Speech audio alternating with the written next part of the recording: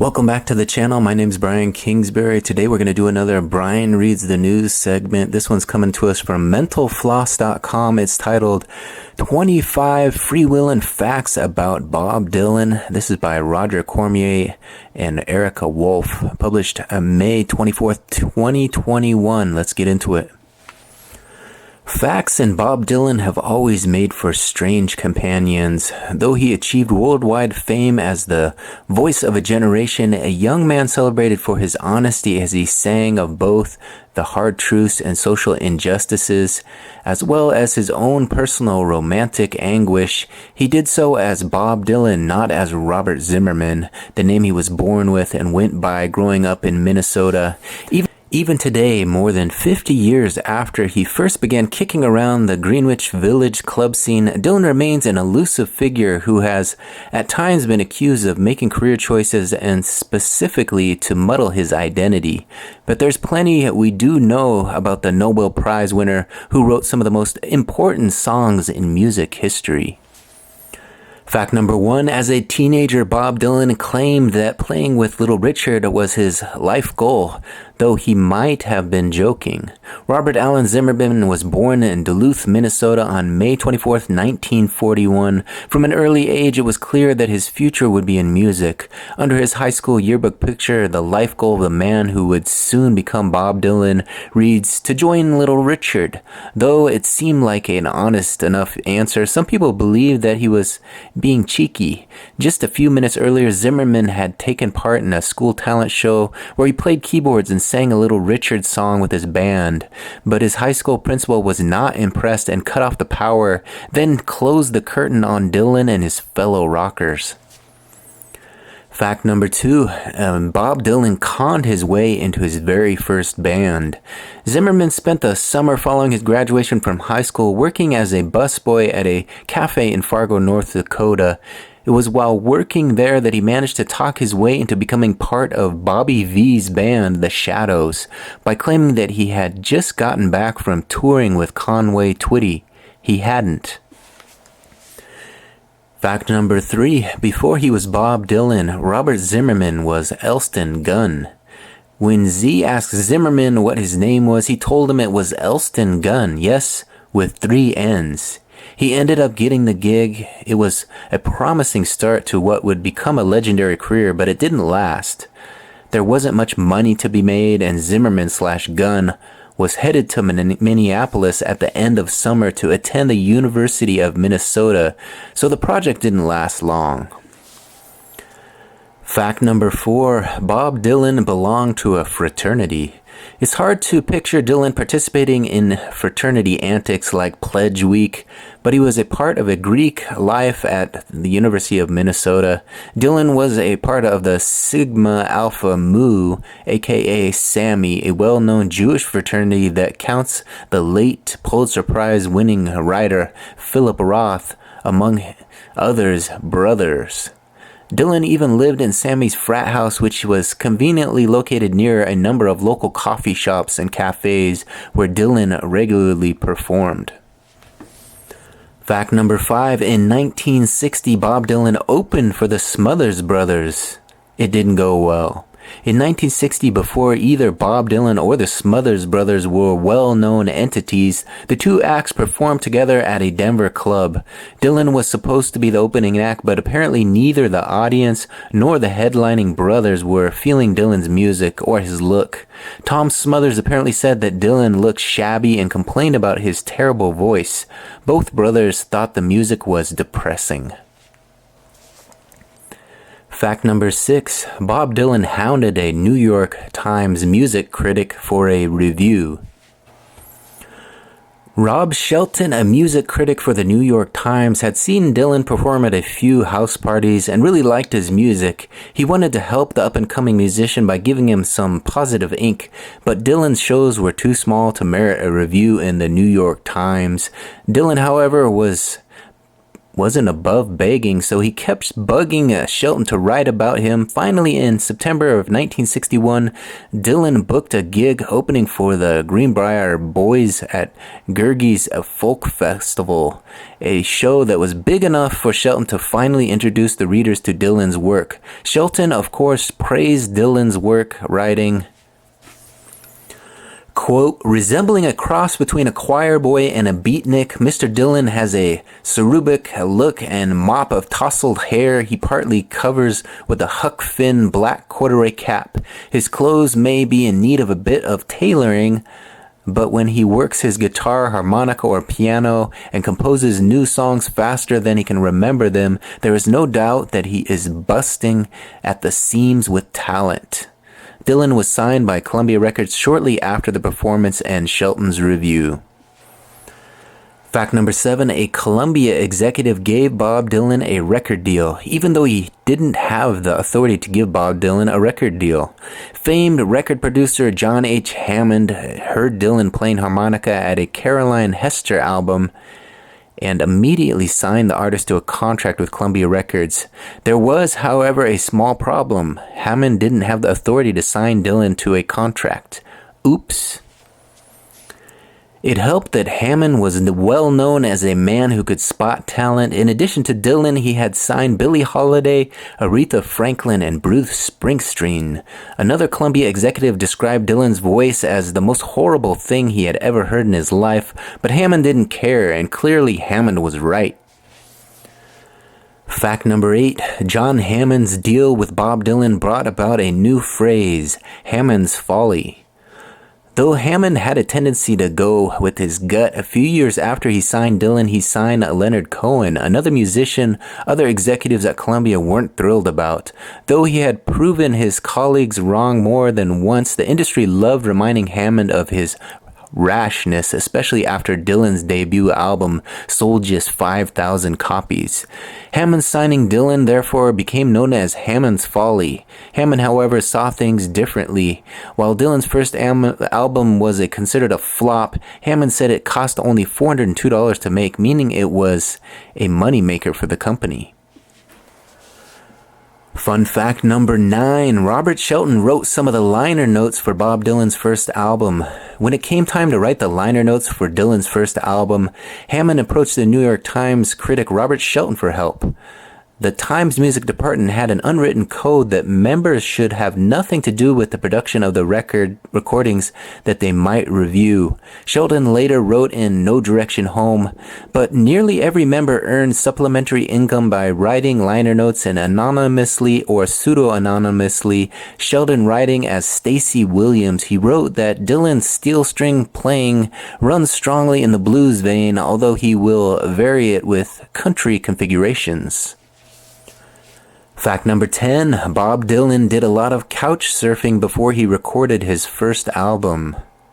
Stability wasn't something Dylan had a lot of in his life when he began recording his first album. He didn't even have an apartment. Fortunately, the advance he received for the album was enough that it allowed him to rent his very own apartment.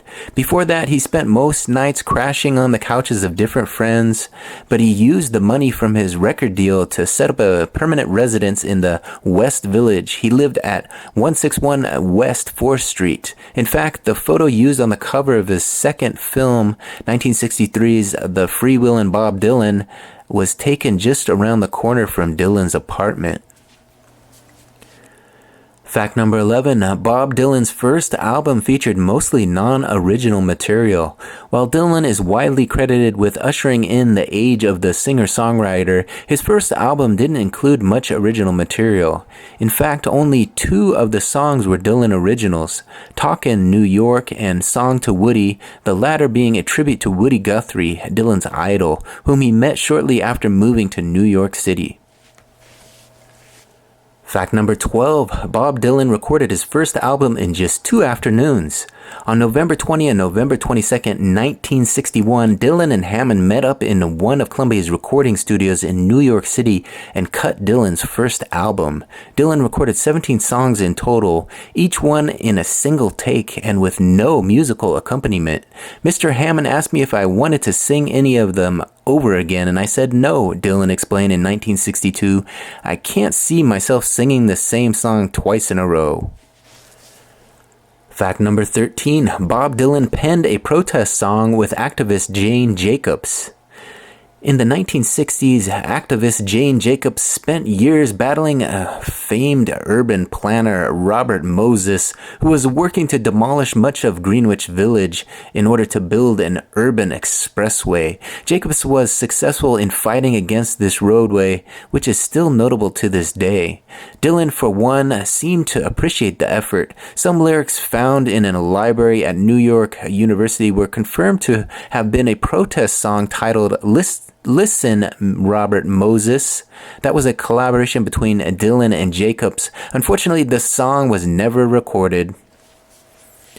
Fact number 14, Bob Dylan broke a cardinal folk music rule on his first album.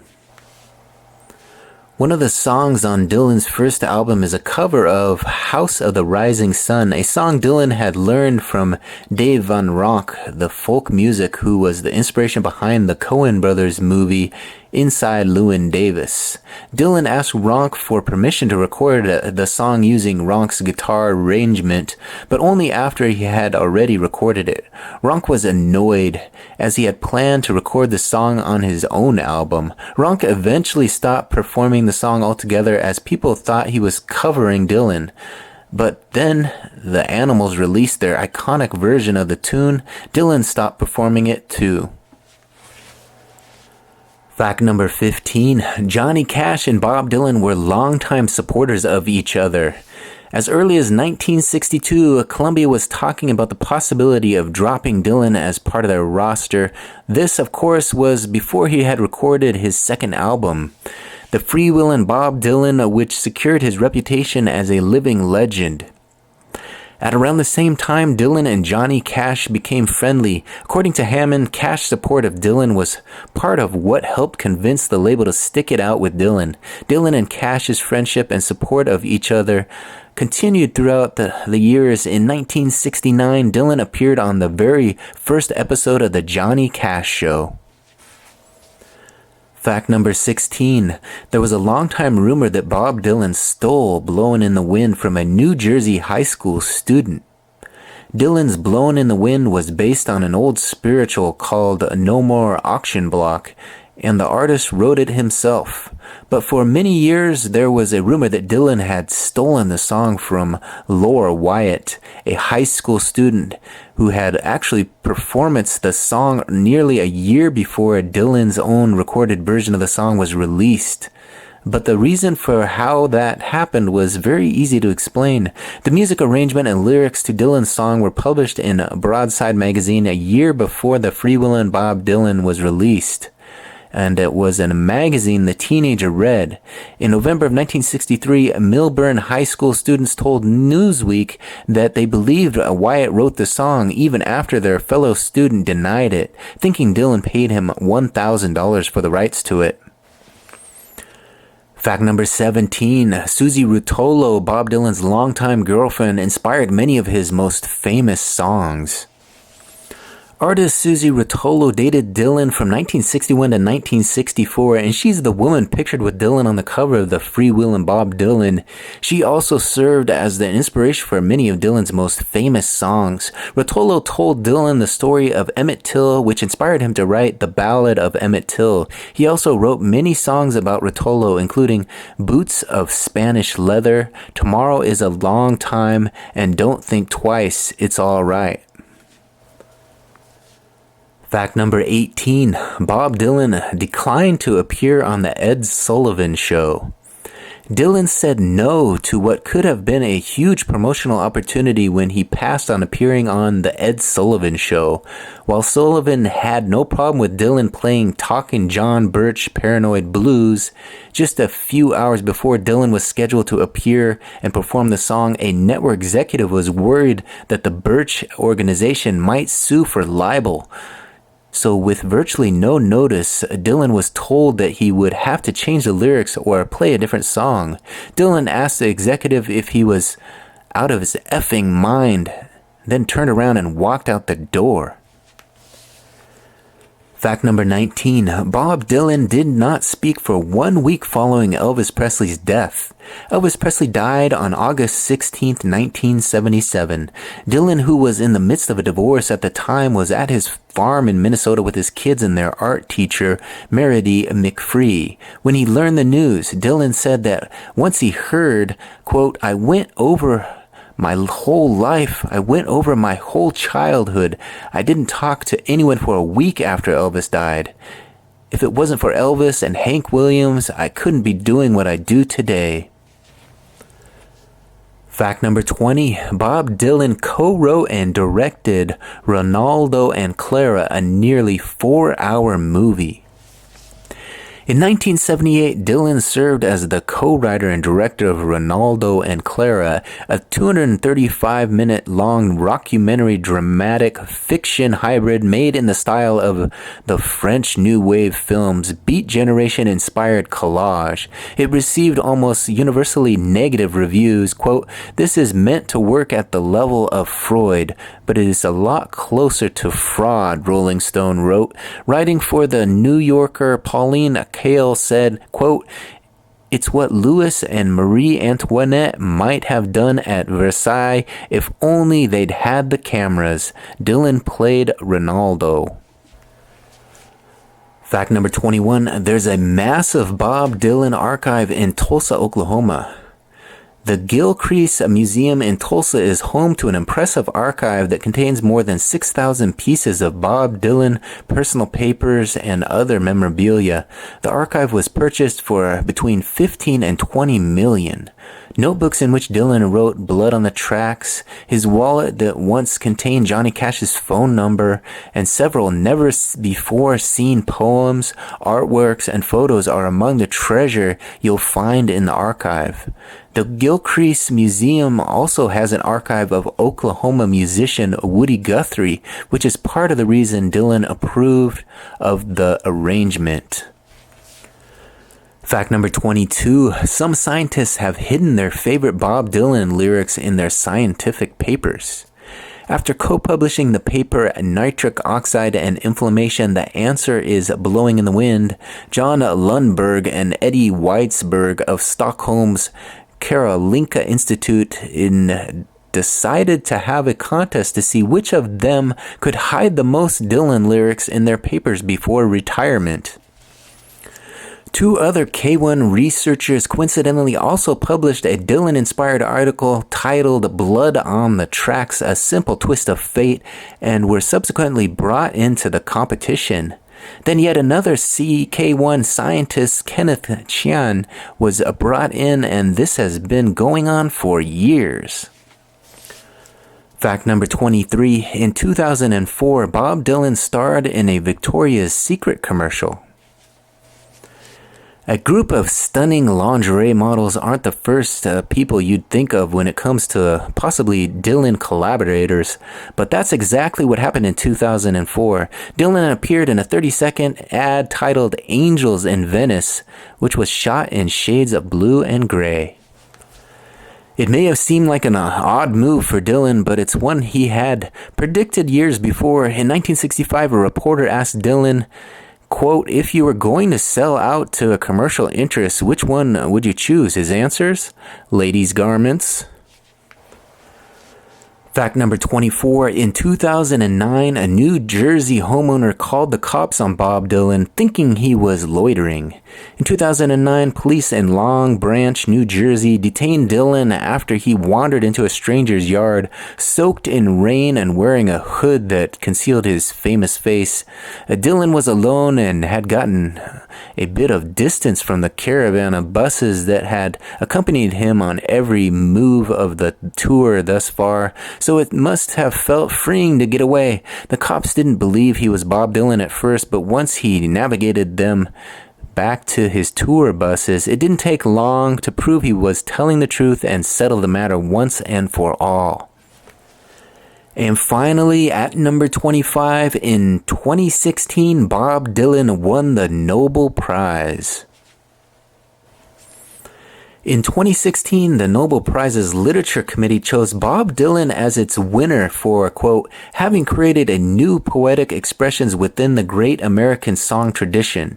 He had been considered as a potential candidate before, though few people assumed that he'd ever win, as the prize is typically awarded to novelists and poets. But Dylan is one of the top songwriters in the English language, so it seems appropriate.